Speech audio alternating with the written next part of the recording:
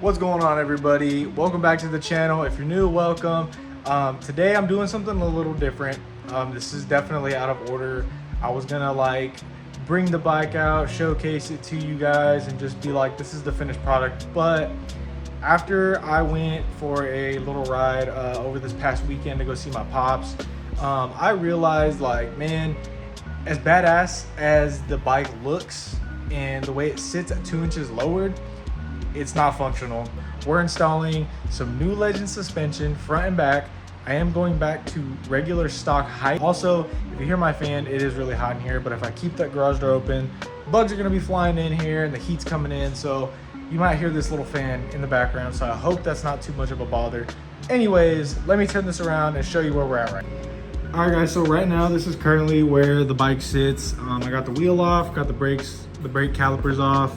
I'm going to be moving on to taking off the whole nacelle and getting the lights dropped down. I'm not going to be removing the bars. You do not have to remove your bars.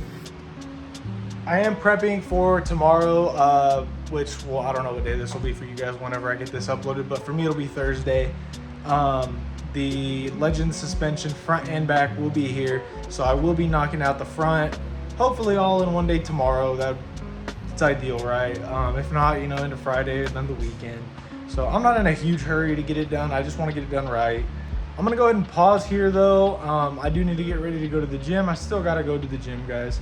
Anyways, I'm rambling, so I will pick it up whenever I start doing this again later. So I'll see you guys in a little bit. Peace out. What's up, guys? I'm back home from the gym. It's a little after 8 now here.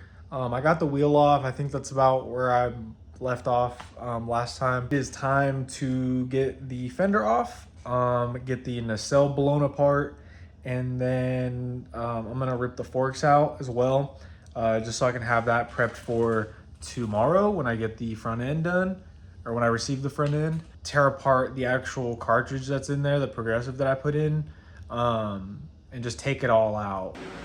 As you can see, I still got the forks on the bike. I'm gonna take those off tonight, and then from there, I'm going to disassemble them and get out like any oil that's still in there, let it drain out, you know, get all the parts out. I do need to go to Harley tomorrow to get the bushings that go inside, like the metal ones. When I did the progressive suspension, I bought 2 fork seal kits, so your boy hooked himself up again. Without remembering that I had that extra kit, I bought another kit. Got all the parts set up here. Got my big gallon of water there too. Got my big beautiful wheel here. I got my fender. I know this is not super pretty, guys, but sometimes it's not pretty. Sometimes you just gotta get it done. So I'm gonna go ahead and get these forks off, and then I'm gonna disassemble them, and then I'll pick that back up. All right, as you can see, I got one fork here, the other fork there. I got them separated. I still got the bushings on there just because I'm gonna change those tomorrow. Anyways, guys, I will pick this up tomorrow. What's going on, everybody? It's the next day. This is gonna be kind of a big jump from what I did yesterday, but pretty much I got the entire front end done. Last of what you guys saw is the last time I recorded, you know, doing the front end. I had my buddy come over and my brother was off of work, so you know, we all just kind of hung out in here while I was doing the front end. So let me just show you guys real quick what that looks like now. So as you can see, we're back to stock height. It still is on the jack because I got to do the rear shocks still. I went to go do them last night, but I realized I didn't have the OEM lock washers that were stock for the rear shocks. Legend calls for the OEM lock washers, so I just went to Harley and I got 4 of those. So make sure you guys have your OEM lock washers, as Legends does call for that to get those installed. Back to the front end, but as you can see, got it all buttoned up. It's all ready to go. I do gotta just move on to the rear like I already mentioned. So last night I ended up removing the shocks before I knew that I needed the OEM lock washers. Got them all, and I was like, oh shoot, I don't have those. This is where we're at so far. They're just literally hand tight because I couldn't drop the jack down on the little weld there. You know, I didn't want to come in here and see my bike toppled over, so I just started those hand tight. So I'm gonna go ahead and install the Legends Revo-A's on the back. I do have to wait for my brother to get home so that he can help me adjust the sag, because he's got to measure it while I sit down on it. Let me know if there's a way to do that by yourself anyways. Like, I don't think that it's like possible. Let me know down below if you guys have like a tip or trick if you're like by yourself and you want to do that. So anyways, I'm gonna go ahead and get these put on. I'm not gonna probably record any of that unless I come across something, but you know, if you follow the Legends instructions, they're really nice and simple. They got very detailed pictures on this one. I will say the fronts were kind of in terms of like describing everything super in detailed. I'll go over this at the end, but I got the Axio performances in the front because those are the only ones that will work with having a 21-inch wheel in the front.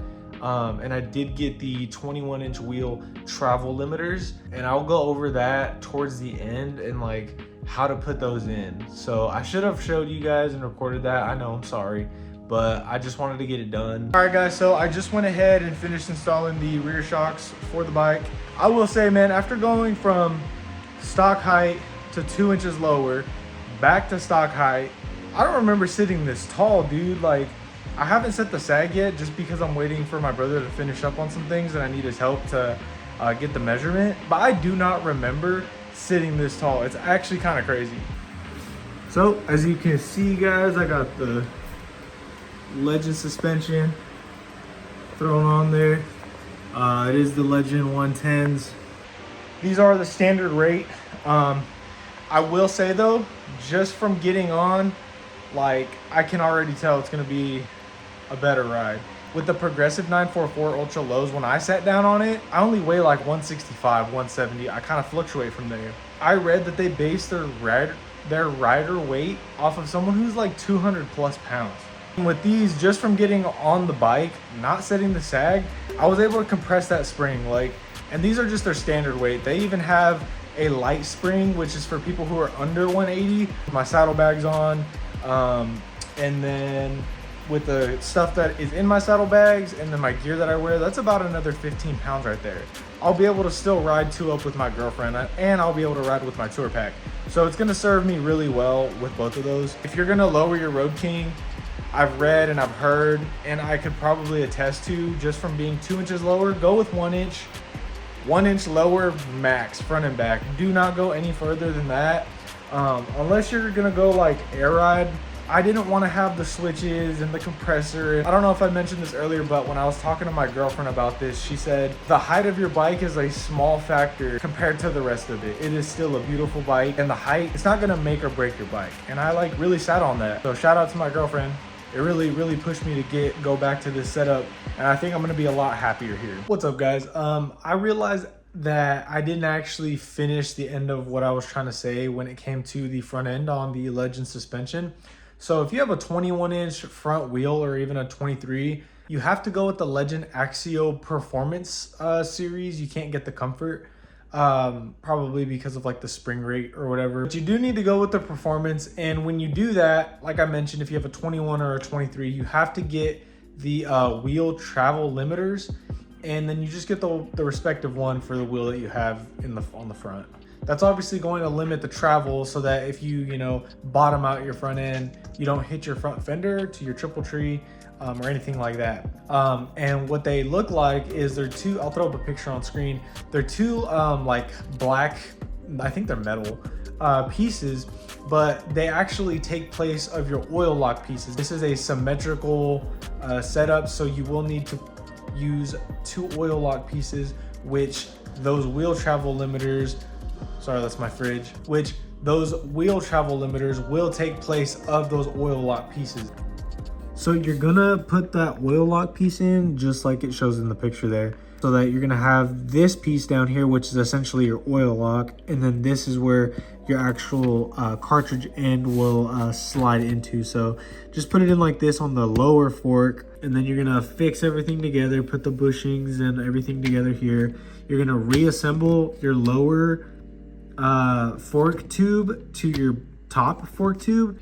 I also do want to mention, if you are going to do this with the 21 or even the 23, this is for the 21, the ounces of fork oil that goes into each leg is going to change. So this was 3.5 and now it's 4.5. So make sure that you don't just fill it up with the initial amount that they tell you. So don't just base it off of the initial ones that they tell you, because it's going to be different, whether that's more or less for your fork tube it goes based off of the size of fork tubes you have, like 49 or 41.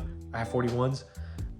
So I required a lot less than what you would require for a 49. Anyways, I digress. Just make sure that you follow the amount for the wheel travel limiters. So you don't put your top out spring in the lower portion of your fork leg. You put that once you've assembled them, your fork legs both together.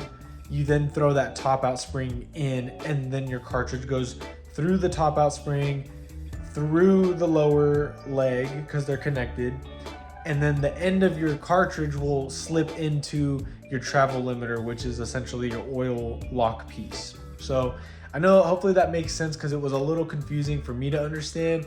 I reached out to Legend through email and they did a fantastic job of clarifying, and they responded super fast. It was literally like within an hour that I got an email back. I know this video was a lot of me just talking, and I do apologize. I should have recorded more. I just kind of got lazy with it, I'm not gonna lie, but that's how you do that. That is a pretty important part that I feel like isn't super clarified in the instructions. So hopefully that part helps. If any of this video was good for you, I hope at least that part was, because that was my main concern going into this, because I did not understand, you know, whether I needed to use 2 oil log pieces or 1, because in the progressives that I did, I only did 1 as per instructions, unless I also messed that up. So if I did, oh well, it's gone. You do need 2 oil log pieces, and if you're running a stock wheel. If you plan on going a 21-inch wheel or a 23, then you're gonna need to get those wheel travel limiters. They are sold separately, so make sure you get those in your cart and add them in. And again, you will use both of them. So anyways, I'm gonna officially close out this video here. Thanks for watching. If you finished, man, I appreciate your support. Anyways, I'm gonna go ahead and officially end the video. I have just been talking and talking. If you did enjoy, leave a like, comment. If you would subscribe, that'd be sick. Thanks for your support, and take care of yourself. Peace out.